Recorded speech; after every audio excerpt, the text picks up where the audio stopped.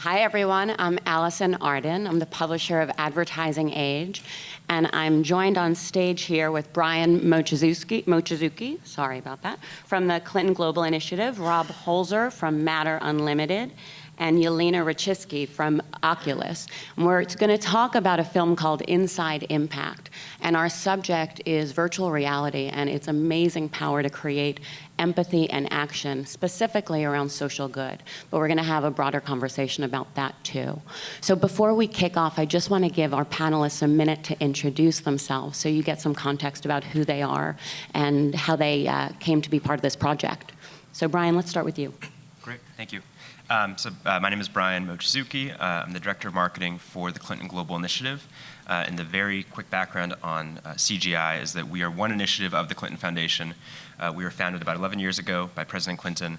And it really started out of an idea he had after going to so many global conferences and summits and being really impressed by the ability for global leaders to come together and discuss important and pressing issues of the day, but he really wanted to start a convening in a forum where people were actually required to take action. So everyone who comes to our meetings is required to make what we call commitment to action. And over the past 11 years, members have made over 3,400 commitments to action. And so we'll get into how we got involved in this piece in 1 second. Great. Thanks. Hi, good morning, everyone. Thanks for coming down at 9:30 a.m. on a Tuesday. I'm Rob Holzer, founder and CEO of Matter Unlimited. We are a creative agency in New York dedicated to working with brands, nonprofits, and foundations around social impact. So basically an agency for good. And I am also the executive producer of this film that you're going to see. We've launched this project called Inside Impact at Matter Unlimited, which has the goal to tell stories of positive social impact around the world using virtual reality. And this film with President Clinton called Inside Impact East Africa is a journey with the president and Chelsea Clinton to Africa to visit 3 CGI commitments to action. And it was launched at the Clinton Global Initiative in September of last year. And for us, it's an example and a proof of concept and certainly an amazing first step forward in telling more stories using this amazing new platform that we have called virtual reality. Hi, my name is Yelena Rachiski. So I'm the creative producer and the head of education at Oculus Story Studio. It's also my birthday, so I'm going to pretend that you guys are here at my birthday party. So Oculus Story Studio is the content creation arm of Oculus that's trying to figure out how do you tell stories. It's made up of people from Pixar and gaming and understanding how do you create interactive, positionally tracked, live rendered, beautiful stories. And my background's also been in discovering how technology can make experiences and storytelling more powerful. And before this, I was at Future of Storytelling, and before that, Sundance New Frontier, and before that, it was Participant Media, which is creating films that are both commercially viable and socially relevant. So it all kind of comes full picture with this panel. That's awesome. So now you know a little bit about us, and we want to know a little bit about you, because we're going to be together for the next hour. So our thought was we're going to talk a little bit up here, and then we're going to open it up for questions. But we want to make sure we're guiding our conversation in the right way. So how many of you, by a show of hands, are involved in social good projects? Okay, a lot of you. And how many of you are currently either exploring a project around VR or involved in one? Wow, great. And assuming, but maybe I shouldn't, that everybody here has experienced VR in some form or fashion? Yes? Show of hands. Great. And how many of you have seen the Inside Impact film? Okay, just a few. So we are going to roll a video so that you can hear about the project through the words of President Clinton. A lot can happen in 10 years, and our job is to make sure more good than bad happens in the coming 10 years. And now, I want to talk just a little bit before we get down to business about this year's meeting. For the first time, we're debuting a film here at CGI. Unlike any that most of you have seen, and certainly that I had ever seen, this one is a 360-degree virtual reality experience where you're actually supposed to feel like you're there.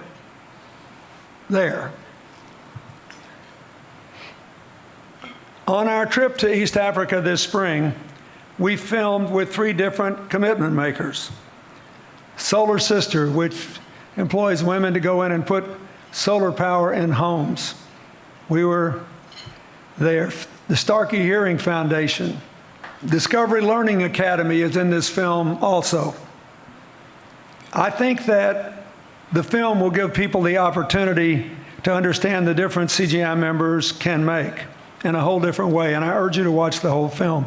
It's only about 6 or 7 minutes. I looked at it for the first time earlier this week, and I felt that I was back there. And I'm narrating the film from my desk, so they put on this headset, and I was watching it, and I saw a book on my desk back when I did the film. I reached out and tried to pick it up. I forgot that I was in virtual reality, which is a good preparation for the political season in America. So we definitely love that joke at the end. It was great. So if you want to see that video or any more information on the project, it's insideimpactvr.com is where you'll find information for that. Great, thanks. So Brian, why don't we start with you? Can you just give us a bit more background on the project, how it came to be, and also why VR? Sure. As I mentioned, our members have made over 3,400 commitments around the world. And I think from a storytelling perspective, we have seen the most success using documentary media to tell those stories. So someone will make a commitment at CGI, and then a year or 2 years down the road, we will go travel to that commitment and use original photography or create a short doc about it. And so we'd had a lot of success with those traditional mediums. In 2014, we were coming off the back of a 10-part film series on 4 different continents. And so we were really just excited and thinking about sort of what's next on that storytelling journey for us. And then Rob and I were discussing this exact challenge, and I think Rob had maybe just come from seeing a specific type of VR and was really excited about just this live action component to VR, which now seems commonplace, but a year and a half ago was still very much the vanguard. And we were talking about the film that the UN had coming out, and just this amazing potential to really actually put people into a place in a way that they never had before. And so that was really exciting to us. And then 2 other pieces fell into place. The first is that we had the amazing opportunity to work with Felix and Paul, who are very much I'd say the sort of leading auteurs in this space. And then at the same time, we had an opportunity arise to go with President Clinton on his trip to Africa to see commitment sites. So we went from just having a sort of casual conversation about how could we use VR to immediately having a way to actually to put it into action. Mm-hmm. And I think from our perspective, it was exciting, not just because it was going to be a really exciting individual piece of content, but also because I think we were excited to be sort of one of the first in the space, and frankly for our members and the people who come to our meetings to come see what we had done and learn from what we've done, and then be inspired to move the needle forward on storytelling in their way as well. Mm-hmm. Rob, how about from a Matter perspective? Yeah, so a good friend of mine, Ari Kushner at Missing Pieces, came to me in the spring of, it was 2014 actually, a long time ago, and he showed me a demo of Felix and Paul's first demo, or piece that they had done called Strangers, which is a piece that shows you put on the headset and you're in an apartment. It's a music kind of an apartment of a musician, and he's playing the piano, and he's sitting at the piano, and he's kind of working out a song, and he lights a cigarette, and the cigarette's in the ashtray, and the smoke's coming up, and you kind of like look to the left, and there's his dog sitting there. You look out the window, and for me, I've been in digital since, this is my 20th anniversary in digital, and you see a whole lot of whiz-bang stuff come along, and when I took off that headset, I was emotionally moved to a point that I had never been with technology. So, and I'm sure a lot of people in this room have felt this already if you've done VR. And for me, it was a really moving experience to go and see that demo. And immediately, because of what we do as an agency, working exclusively on social impact, I immediately knew what I wanted to do with it. And it was to go out and really leverage this technology and tell stories and get people closer to the issues that so often we can talk about, we can even see a movie about, or we can read a web page about, but there's a distance and a separation for it. And I thought at that moment that this could be a tool to bring that closer. So we put together a treatment, and Brian and I went out. We had already been working with CGI as a client, and we put a treatment together and then a project around it at Matter with the hopes of, if we can do this, then maybe we can do a lot more of these films and close the gap on people feeling and not just hearing about these issues that are important in the world. And that's how it actually panned out. A lot of stars aligned to make this particular film happen, and the impact of the film since the president launched it at CGI has just been astonishing. I've now personally put the film on thousands of people at events like this, and it's really one of the most moving, creative things I've done in my life, because you can see the impact directly and viscerally. And no one says, I just watched this thing. People say, I was just there and I felt this thing. And it's been a really moving experience. Yeah. Elena, why do you think that VR is such a powerful tool for creating empathy and that kind of feeling? Yeah, so a little bit about from where I came from. In the traditional documentary world, I saw the power of documentaries to really change culture and change people's minds. I was part of, participant when they made An Inconvenient Truth and Food Inc. and Waiting for Superman. But then I started also seeing culture changing a little bit to become much more participatory and much more immersive. Social media made you much more active in the experience. So I was really interested in how technology is changing, especially when it comes to storytelling and experiences, to make us feel more part of it. And started really exploring interactive documentaries. And it wasn't until, and everything was a little bit kind of on the side. There was an artist doing this here and someone doing that there, but nothing ever really took off until virtual reality. And I think Chris Milk really puts it well, and this is how I feel. So he talks about how he used to be in music, and then he started to get into music videos, and he had to make a decision of whether he's going to go into music or film. And he said with music, he always felt this raw, visceral emotion.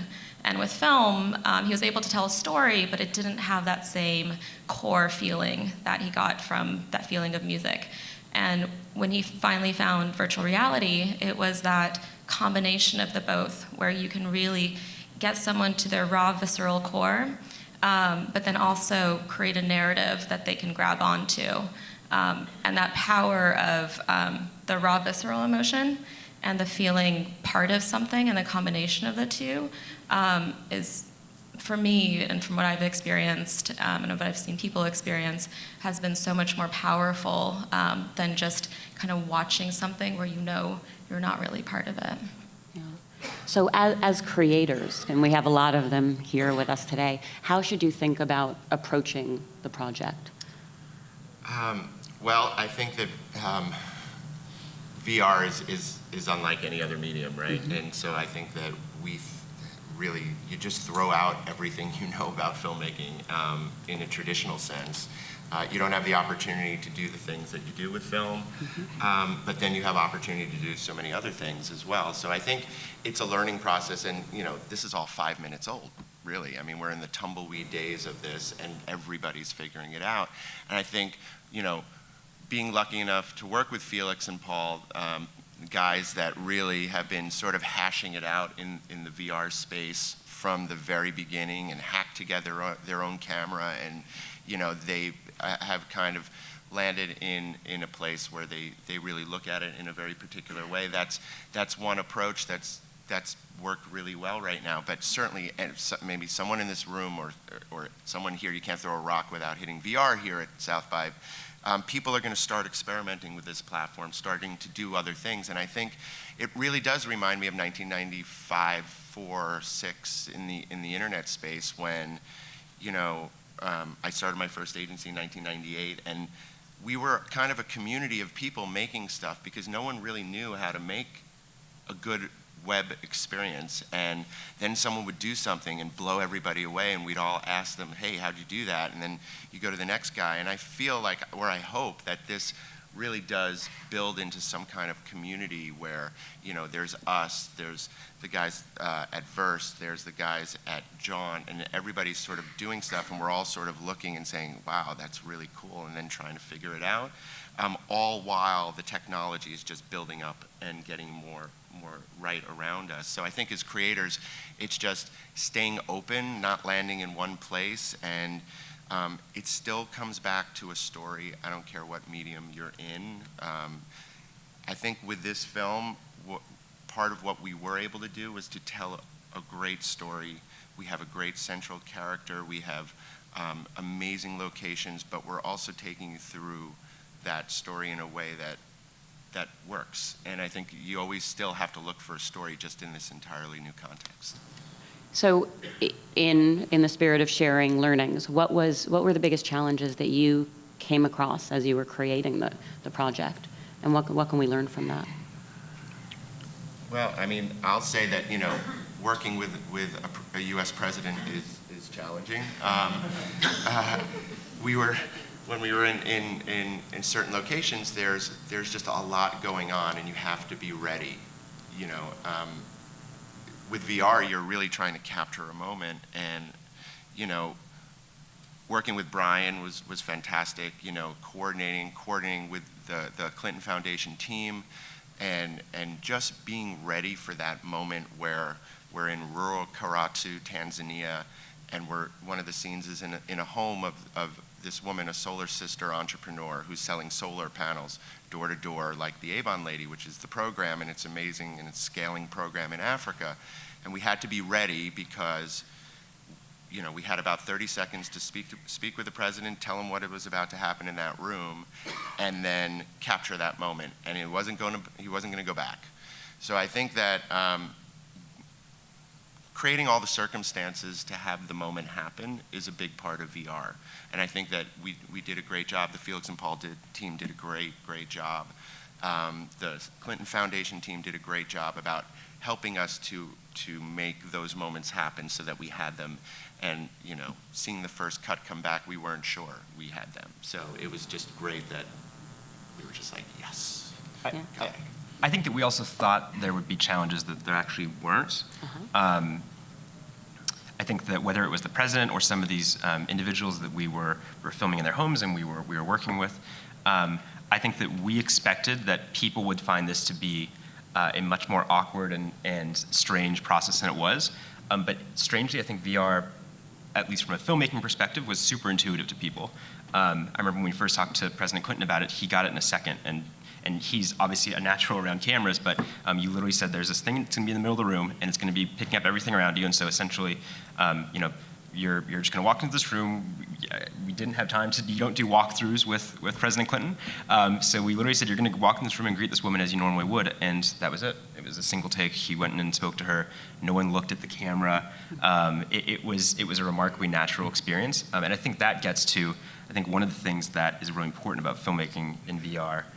Is this authenticity, and that it is the most unforgiving medium in some ways.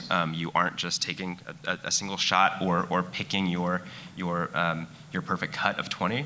And especially in the documentary space, you have one chance to get it, and it's going to get everything around it. And it's important that as filmmakers, you sort of forget a lot of the practices that you're so used to in traditional film.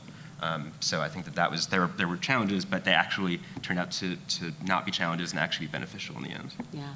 Yelena, this is such early days, and there are so many new technologies to this point. What are you seeing out there that might be interesting for these guys to think about? Yeah, and to Brian's point, I just wanted to emphasize that level of authenticity in an experience, and this is why documentary has led so well to virtual reality rather than fiction live action, because actors seem much more phony in VR because it feels so much more real, and the level of intimacy feels so much more real. So that's the constant strive, I think, within that. But as far as what I'm seeing, I guess maybe just get a sense from the audience. Do you guys know the difference between the various kinds of VRs, so the live action, the positionally tracked stuff, so I'll just give a little bit of a brief overview. So a lot of what people are seeing right now is cell phone-based VR, which is pre-rendered live action that comes from a 360-degree camera. So you're able to take it out of your phone, put it in a cardboard, put it in a Gear VR, and all you're really able to do is look around, which is still an incredibly powerful feeling, but when you move the world with you. And that takes away from a slight level of immersion, which is why there's the higher end headsets like the Oculus Rift and the HTC Vive that actually has a camera that senses you in the space. So when you move around in the virtual world. So you can actually walk partially in the virtual world, sometimes interact if you make it an interactive project. But the challenge with that is all of that mostly has to be computer generated. And people are starting to capture live action in three-dimensional, but that's going to still take a little while.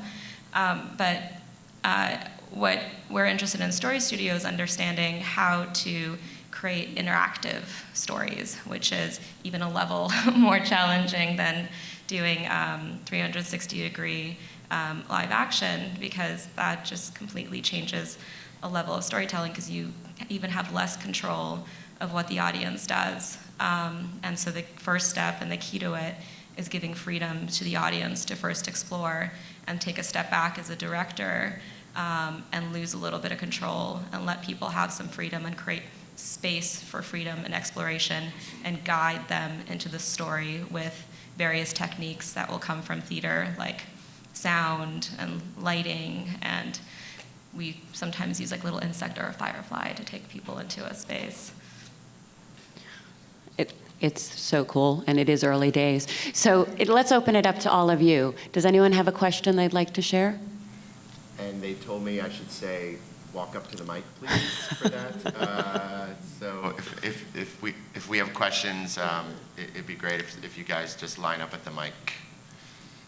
I think. Well, there's a line forming at the mic. Yeah, sorry. Well, we got a lot of time. Awesome. We really did want to make this interactive because, when I do this, and I've been at a lot of places speaking about the film, there are a ton of questions. So, please feel free to ask questions. And then also, we are going to be sticking around afterwards. We have headsets. So for a few of you, I don't know how many people we can get through the film, but we'll try and get people who want to see it afterwards. Yes. So for these on-the-ground stories where you're profiling these programs, and you talk about how much more impactful it is to view the experience through the VR, how are you measuring that impact? Is it like survey work, or how do you know? Do you ask questions about empathy? Do you ask those like emotions people are feeling, or how do you measure that impact?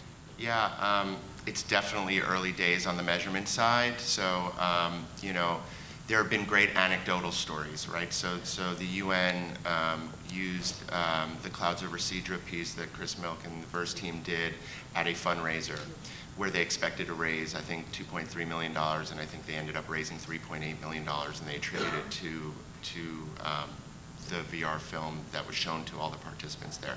That's really anecdotal right now. We're working on a few things to think about measurement and also studying the long-term effect with some different places that are interested in that, like MIT and a couple other places, and we're working through that. But I think that measurement right now is not there. You're not going to have all the data that's going to tell you if you are the type of organization that needs that to justify ROI and all of that. It's going to be tough to rationalize 100% that. But I think a lot of the organizations that we're dealing with that raise a lot of money are looking at this as a vehicle where they can do a film like this. And usually it takes these organizations a long time to get either high net worth donors or people to understand their missions. And by the way, 1 in 3 Americans don't trust charities in the US. So there's a trust gap, and we believe that VR can close that gap as well when you start to see the programs in action. So I think that right now it's organizations taking a bit of a leap, but people feel really good about that leap because there's already been a lot of anecdotal stories about it causing more action. And then I think at CGI, you guys just did a bit of survey. Yeah, I mean, we didn't.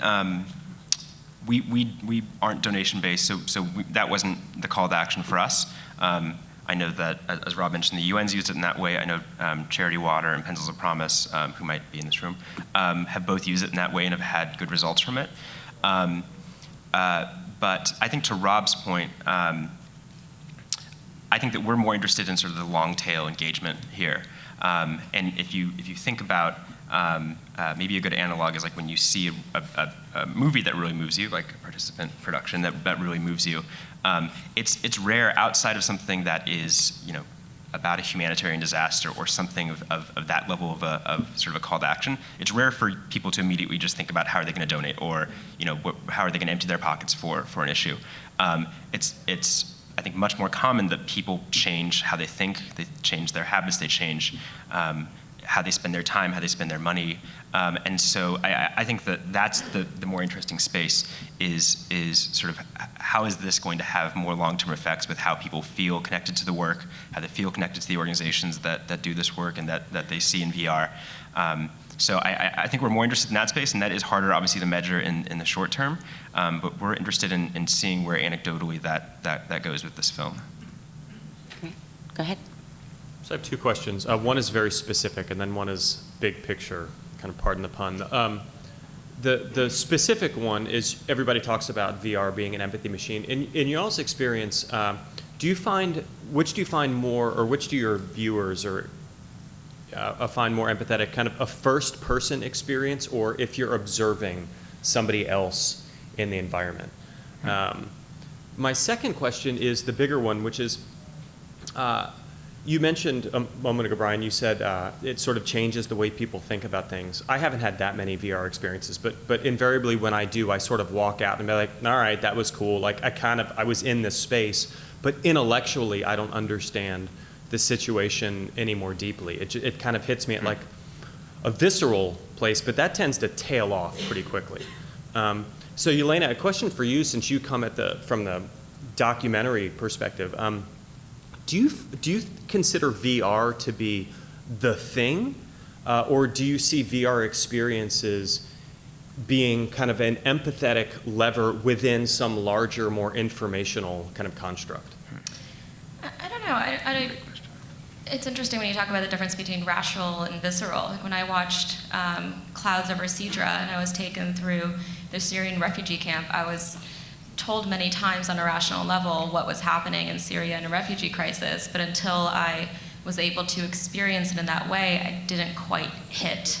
So I see, I see that actually being somewhat more powerful, but virtual reality is basically creating another reality. So everything's completely possible in the world of VR. I definitely see it as the thing that is both informational and visceral, and as we're going to continue to be able to understand how to convey information on it, it'll become more effective, I think, even for specific social impact purposes. And I know some people are also working on VR experiences that are tagging, where you can look in a direction and it sees where you're looking and information pops up out of it that can inform you even more. So that kind of spatial learning, I think, can be powerful for the public and also education. So the potential of it is endless. And Yelena, I think you're also sharing about the sense of smell and how that's being incorporated into these environments. Well, I think with anything, technology is just moving incredibly fast, but the goal for any sort of VR experience is just to completely blend that illusion and reality. And so other people are figuring out how to use our other senses to immerse us more effectively and more deeply. So people are figuring out how to haptically, which is like vibrations and touch. So we feel like our body actually feels vibrations or feels something during the experience. And a lot of people are also exploring smell. So incorporating smell into the virtual experiences that coincide with what you're seeing, because smell is one of those powerful senses to trigger nostalgia and to trigger memory. And the other thing is obviously sound, spatial sound, and deepens a greater immersion in it, and we're starting to see that a lot more as well. So it's just going to kind of exponentially get deeper and deeper. I also just want to say one thing on the idea of the film being the only thing that explains what you're trying to convey. Matter Unlimited, we're an agency, and we're not just filmmakers. And with each organization that we're doing, we have a number of films in production now, but that piece of content, an organization also needs to know how to leverage that piece of content. What are you building around it? How are you activating it? Which audiences are you going out to reach? So we look at the VR piece as a central piece of content within an ecosystem of marketing and communications that build around it. So you can build digital activation off of it with a web property and also leveraging 360 video. You can go to a number of different events. How is your leadership and team speaking about the issue and leading it off of the issues that you're talking about in this piece of content? And then also, a lot of these organizations have corporate partners or other partners that can take and leverage this content and use at their events and activate. So with each organization, when we're working with them, we're thinking about the full scope of this ecosystem of how to reach people. And just to add to that, Facebook, bought Oculus, and Facebook is a social media company, so it's also going to start being much more social, so you can start engaging more community within the virtual space, and it's not going to be so solo. I also think, just to the question of having that sort of gut reaction, but then maybe that tailing off a little bit, is I completely agree, and I think that's going to be a challenge. I don't know how many of you have sort of gone to the trade show area, but if you sort of walk over there, you'll have 12 headsets on within the span of a couple of minutes. And I did that yesterday, and I'm not sure there's a single piece that really stuck with me, largely because people are using it as sort of a very simple marketing tool for their booth or whatever product they're selling. But I think that there's an art and a science to VR, and I think that everyone is excited about the science piece and the fact that you can just use this technology, but I think that the art of storytelling is such an important piece of this, and also working with the right people to put these projects together. So it's not just a matter of, we have this, now we can go film everything in VR and it's going to be amazing and people are going to be so affected by it. It is still a storytelling tool that you really have to use, and use responsibly as well. So my question is concerning the storytelling. For all the other media, there is like an expected timing and length of the video. In your story, how did you plan for it? It was because to get into a documentary, you need some time, but at the same time, you cannot hold the VR too long without getting tired. So how did you plan for it? Yeah, I think we had a lot of discussion about how long it should be, and we knew we wanted to keep it under 10 minutes for sure. We thought maybe we could keep it under 5 minutes. The piece is about 7.5 minutes long end to end, and I have never had anyone say it's too long to me. And most people have said, I wanted to be in that scene a little longer. Why'd you take me out of the classroom or what, And, a few people who are like, business people in the VR space watch it for like 2 minutes and then take it off. They're like, yeah, that's good. But I think that everybody leaves it on, right? I don't know what the right length is. People say you got to leave it under 10 minutes, but I know that there's people now working on feature-length VR. So there's no answer. It's way too early to know, but we're working on projects now where we're creating more of a, let's say, a 5 to 10 minute cut for a larger activation, but we're doing a under 2 minute, like a 1.5 minute cut down, because it's going to be used for more rapid fire fundraising in the field. So we need a shorter piece because there's no way you're going to be able to cycle people through it, and so we're going to have to, it's like when we're working on advertising and we have to make a 15-second spot for Instagram. It's like, how do you tell that story in 15 seconds? Well, you get creative with it, and I think that people are going to keep playing with the format. If you make a great story, people will keep that headset on for 15 minutes, because it will keep you in there. Yeah, it's kind of like the question that we didn't answer, but the question of first person versus third person could be either, and it depends what story you're telling and how you want to tell it. And there's certain stories that are probably 2-minute, 3-minute VR pieces that are incredible. And then I think we wanted to take a little bit more time with ours, just because we were telling a number of different scenes and we were telling a bit more of a narrative arc, and that just took time to develop. Yeah, and I think it depends what kind of project it is. If there's interactivity to it, I find when people have some agency, they tend to stay in it longer because they have a directive. But at Story Studio, we're also looking to explore the concept of a series. So, it's a story told in parts. But it's going to be interesting because the consumer headsets, Oculus is just coming out next week for the consumer version, so we're actually just going to learn a lot more about the behavior of consumers and viewers to understand what's good timing. But what I'm excited about with this medium is that we're not fitting it into a box like we did with film. I got really annoyed with every documentary we had to fit it into 90 minutes. And that might not be how long a story should be. The story should be as long as the story is meant to be. Perfect. Thank you for doing this. As a storyteller, I've been excited about something like this coming around for a long, long time. With that, there's an undercurrent about technology going back from Jerry Mander to Sherry Turkle, where people are actually concerned about how in-depth technology is taking us, even in a virtual reality context. So I'm just curious how you've given some really good explanations for why this is important technology and what really sets it apart. But are there any other thoughts as you may be confronted with, my God, we're going to get lost in virtual reality, and any potential backlash from this? People talk about when they try VR and they think back on it, it's more of a memory that they had than something they saw.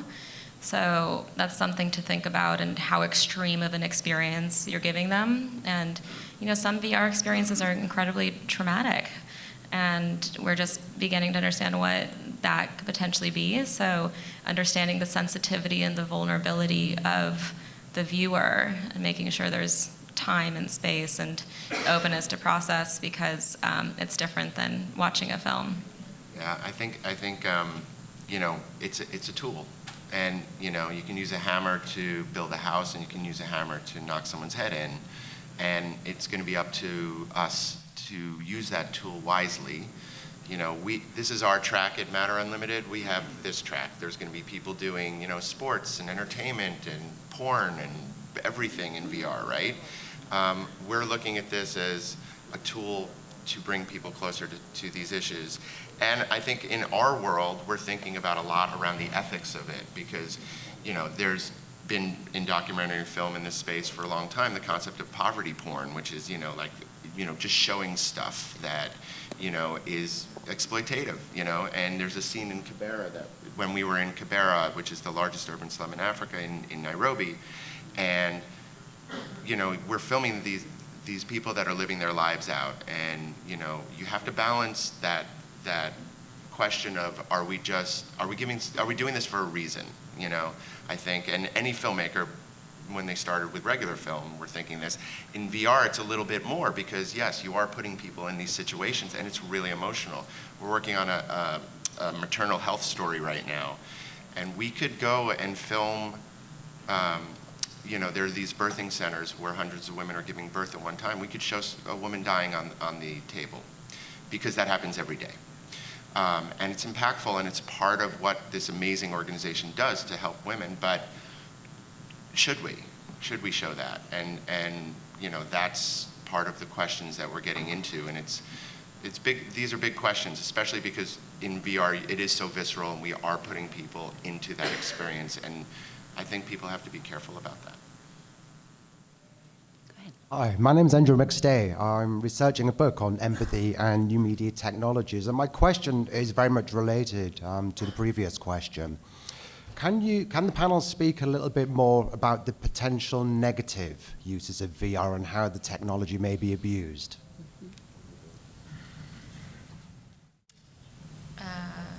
I work for a virtual reality company. I probably shouldn't. It's all good. It's going to be great. Like we talked about, it could potentially traumatize someone and instigate, a painful reminder and set someone. VR porn is going to be huge. I don't know if that's negative or positive. That's up to anyone. But I don't know. Of course, you can use any technology for harm or for good. Yeah, I mean, I was talking with some people at YouTube this weekend, and there's people use regular film right now terribly. ISIS shows films of and it's been incredibly powerful, and traumatizing. I think VR takes you just one step closer and can do that in a deeper way. I think we do, again, filmmakers have to be careful and just be smart about how they use it, but things are going to come along. It is a tool, and we'll have to see. I think it's going to be the user base that'll hopefully judge that. And I guess the big thing is making sure the content you create doesn't give people motion sickness. That's for sure. Yep. That's huge. So Yes, do not, if you move the camera, move it very slowly. I'll take a different cut at the question, less how it can be a dangerous society and more how it can be boring. I think that YouTube's a good example. I forget the percentage of videos on YouTube that have under 10 views. There is, with this creator movement and the ability for people to do this themselves, I think there is a big potential for people just to not, again, think about what actually is going to be compelling content. And so for people who are seeing this for the first time or considering purchasing it, if the first thing they watch is boring and not particularly good, then that is going to sort of stunt some of this growth. So I do think that there is a big potential that honestly the content can't keep up with maybe where the hardware is at. Yeah, there's a little bit of a barrier entry to technology right now, but that'll dissipate very soon, I think. Yeah. Rob, how about from a marketer perspective or commercial perspective? Everybody's going to be jumping on the bandwagon. Yeah. Who should stay away? I've seen some really weird VR activations of brands here. I think it's the VR bandwagon days, right? Everyone wants to make some VR. Let's go make some VR. Brands have tons of money to make VR. And their agencies are chomping at the bit to make it. There are going to be some weird things out there. And this is, I just keep going back because I'm old. And, I go back to the wacky website days of the late 90s when, brands would make these massive experiences online that were interactive that nobody went to. So I think we're going to see a lot of that kind of stuff in the marketing space and in the commercial world. I think we're going to see that also in the social impact space. I think you're going to see a lot of films that people are going to try and do that are going to get out there that are not going to get to the story, the heart of the story in that way. And, our goal is we want to keep everything at this level of what we've done and up, and that's going to be a standard for us for the Inside Impact series, for everything we're trying to do. It's going to be our intention moving forward. But I think that there's going to be a lot of organizations that see around them and go, I want to do that too. We don't have enough money, resources, whatever, or we have an event coming up next week, and let's make one. And then they'll make it, and it'll be like, and I think that that's a part of that the challenge for any filmmaker in any kind of medium. Hi, everyone. I wanted to go back to the idea of story selection. You were talking about, Rob, you had mentioned getting to the heart of the story, that you've got to select your stories wisely, what types of stories make for good VR films. And I was also interested in the first question that wasn't really answered about first person versus third person, and what is the most effective in terms of empathy. I could see first person being very effective in that way and moving away from those sort of poverty porn as you had referred to. So thank you. Thanks. We at Matter Unlimited, we're doing a thing with the organizations that we're working with on the film project. We do a workshop with the team for about a day, and we sit with the organization. We take senior management, people who work in the field, anybody else that they want to bring into that room. We kind of facilitate a day-long session. We speak about their organization, what are the goals of what they're trying to get at.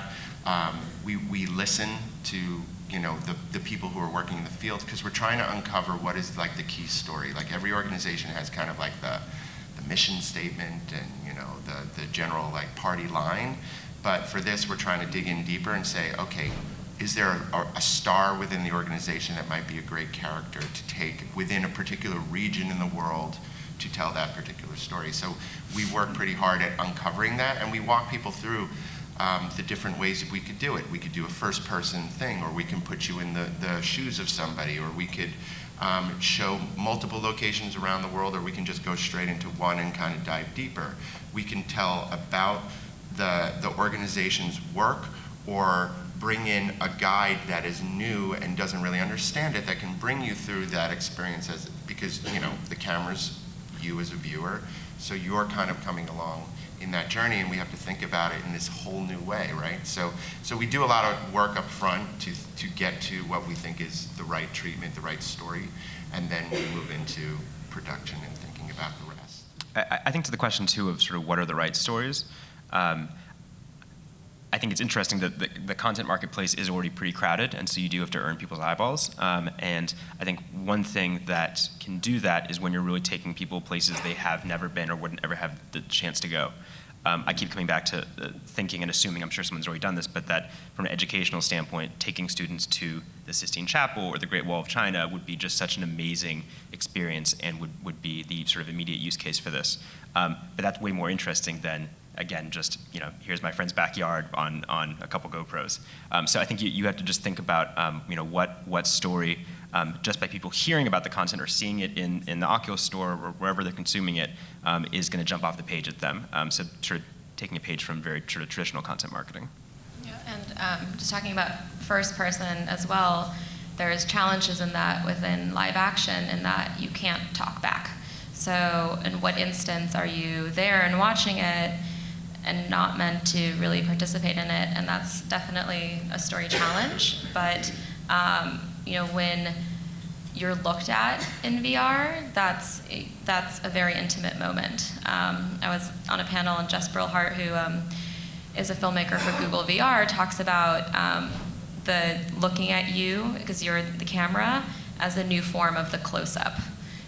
Because in VR, you can't actually do close-ups. So there's definitely a power to that first person, but there's just a limitation of being a silent first person character, which is sometimes being like that awkward person at dinner that can't talk to anyone. And then in the live action stuff, not the live action stuff, but in the live rendered stuff, the stuff we're doing at Story Studio, where right now it's all computer generated, but everything's happening live, so the character can actually react to you.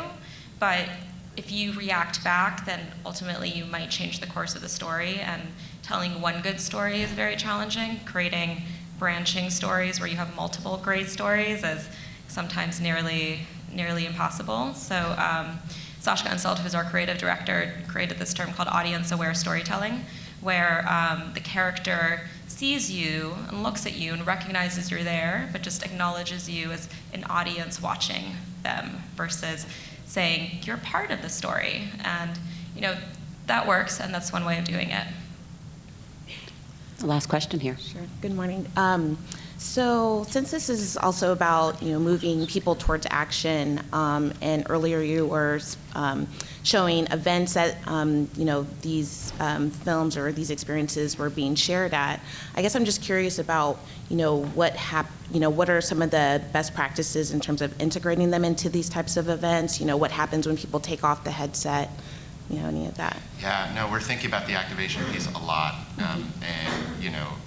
At CGI, we were able to have, about 10 chairs and a couple of roaming headsets that were going around. And, people at that conference are very used to, walking around. It's a contained space. There are groups that have come to us to say, we want to do 500 people, and they all should view it at once. And let's do it like that. And so I think people are experimenting now with the activation piece. And then again, with nonprofits that we've been talking with about these kind of mobile VR viewing places where they do donation in the field, or donation solicitation in the field, is really a powerful tool if you can get it right, if it's exciting. And then I've seen, on the brand side, marketers are doing this everywhere, VR, on the street corners, for brands and stuff like that. I think now, having done it for thousands of people, it is a Rorschach test to see how people act inside VR. You know, I've had people jump out of their seats and like look around, and you know they want to walk and they want to test it, and you got to put your hand on their shoulder. And then you have people who just sit there, and you really have to tell them like 5 times to look around. And just look around, you know. And then you know I've had people take off and they're crying, and then the goggles are all fogged up, and then people who are just like wonder, and then it's 1,000 questions. So I think you just we're really trying to think about the immersive way to activate in the space, and you know the more kind of ways to do that. But I think it's getting creative, and once you start to see how people are reacting, it gets pretty standard about how you want to activate. From a super tactile perspective, I think that there are places where having a line can obviously help you, and it helps people think that that's the cool thing that they need to go to. So this conference is probably a good example of that. And there are places where you don't want a line, either because of the experience of the people at your events or for a number of other reasons. And so we had effectively sort of a concierge-ish service of people could come in and sign up for a certain time. And if there wasn't a spot available, we'd say come back in 10 minutes, come back in 20 minutes, we'll have them available for you. So again, it's just very traditional event management, but I think that that can honestly be very beneficial because you get someone who's excited about it and is sitting down and really engaged, as opposed to someone who's been waiting 40 minutes and watched everyone else go through it. Yeah, thank you. And any further thoughts in terms of distribution, scalability? So much goes into building these projects. How do we get it to more people? Yeah, well, I mean, I think last year was the hand-wringing year of VR, where a lot of the big companies were thinking, is this going to be a thing? Let's not do it, or let's do it really big. And I think that it was resounding let's do it big decision by a lot of the big people. So there's a tremendous amount of money and technology and talent moving into this space. So I know Samsung sold out. I was told Samsung sold out their Christmas Gear VRs. They're giving the Gear VR away now with pre-orders of the Sxsw phone. Oculus is launching next week. Other headsets are going to come into the market. So it's definitely early days, but I think it's changing quick. You probably know more. And you know, regarding, so Oculus also powers the Samsung Gear VR, and they got data in that people are actually watching a lot more video on Gear VR than they're playing games, which is interesting because no one knew what the consumption level of it would be. So there's definitely a hunger for it. But if you're doing pre-rendered live action stuff, like all you need is a cell phone and a cardboard or a Gear VR, so that's incredibly easy. And the higher end headsets are also going to start getting cheaper. But if you guys haven't tried those types of experiences, I recommend it because there's just a deeper level of immersion that can really show you where it's heading. And we had the benefit too of being one of the first videos on Facebook 360 when they rolled that out. And I would say I think we've reached over 1 million eyeballs there at this point. And so that is really a benefit in terms of making sure that it's not just something that people can only consume through a specific type of device or one specific way, but taking that content and cutting it up into a number of different ways and making sure other people can consume it, I think is important, because hopefully also people will see that sort of content and then want to experience the full thing on Oculus. Yeah, Facebook 360 is a great way to be able to share it and get a lot of eyeballs. And now all of these platforms are giving you the ability to, if you're browsing Facebook on your phone and you press a 360 video, you can automatically look at it in 360 degrees. So it's all becoming easy and integrated. It's really cool on the phone. It's cooler on the phone, I think, than even on the desktop. The way 360 video feels. And then I think now sound is even going to get better eventually. Yeah, people are creating 4D headphones so you can actually experience spatial sound, which, like we mentioned, the sound portion of it is just as powerful as the visual portion of it. So any thoughts on what you'd like to be talking about next year when you sit on the stage? I mean, my head of education part of the job is to really get more creatives working in VR, so we don't have a situation where it's an oversaturation of bad content and people are don't want to be part of it. So I am just very excited about seeing more creative, original ideas in VR that are showing us the potential of what this medium can be. From our place, Matter Unlimited launched this Inside Impact series. There's we have 3 films in production now. We have a list of other organizations that we're talking to. We're talking to distribution channels about how do we get more content out in the world. And so hopefully a year from now, we have a number of those films done, and people are hopefully looking at the content that we're making and seeing that we're upholding a certain level of taste and, and skill in telling these stories and quality, and most of all, the impact of what they've done for the organizations that we've done work for. We would love to be coming here and saying, here's the film that we put out in the world, here's how many people saw this, here's some of the actions that were taken, here's how much money was raised for that organization, and kind of prove out a lot of this case that we're talking about. Yep.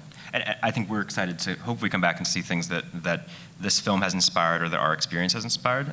We've spoken to, just in the past couple of days, I mean, there's some of the best nonprofits and foundations in the world who are here at South by, and I think they're all interested in this. And so we've just sort of encouraging them around what we've learned and how this experience has gone. But I think in case it hasn't been sort of abundantly obvious just from being at South by, like to Rob's point, this is still sort of the wild, wild west. And you have the chance to still be on the frontier and to still sort of pioneer this medium as a whole. That there's so much white space, and that I think that as storytellers, and I think most of this room is, I think that is the most exciting piece about all of this, is that for the first time in a long time, you get the chance to actually be really creating a medium from scratch.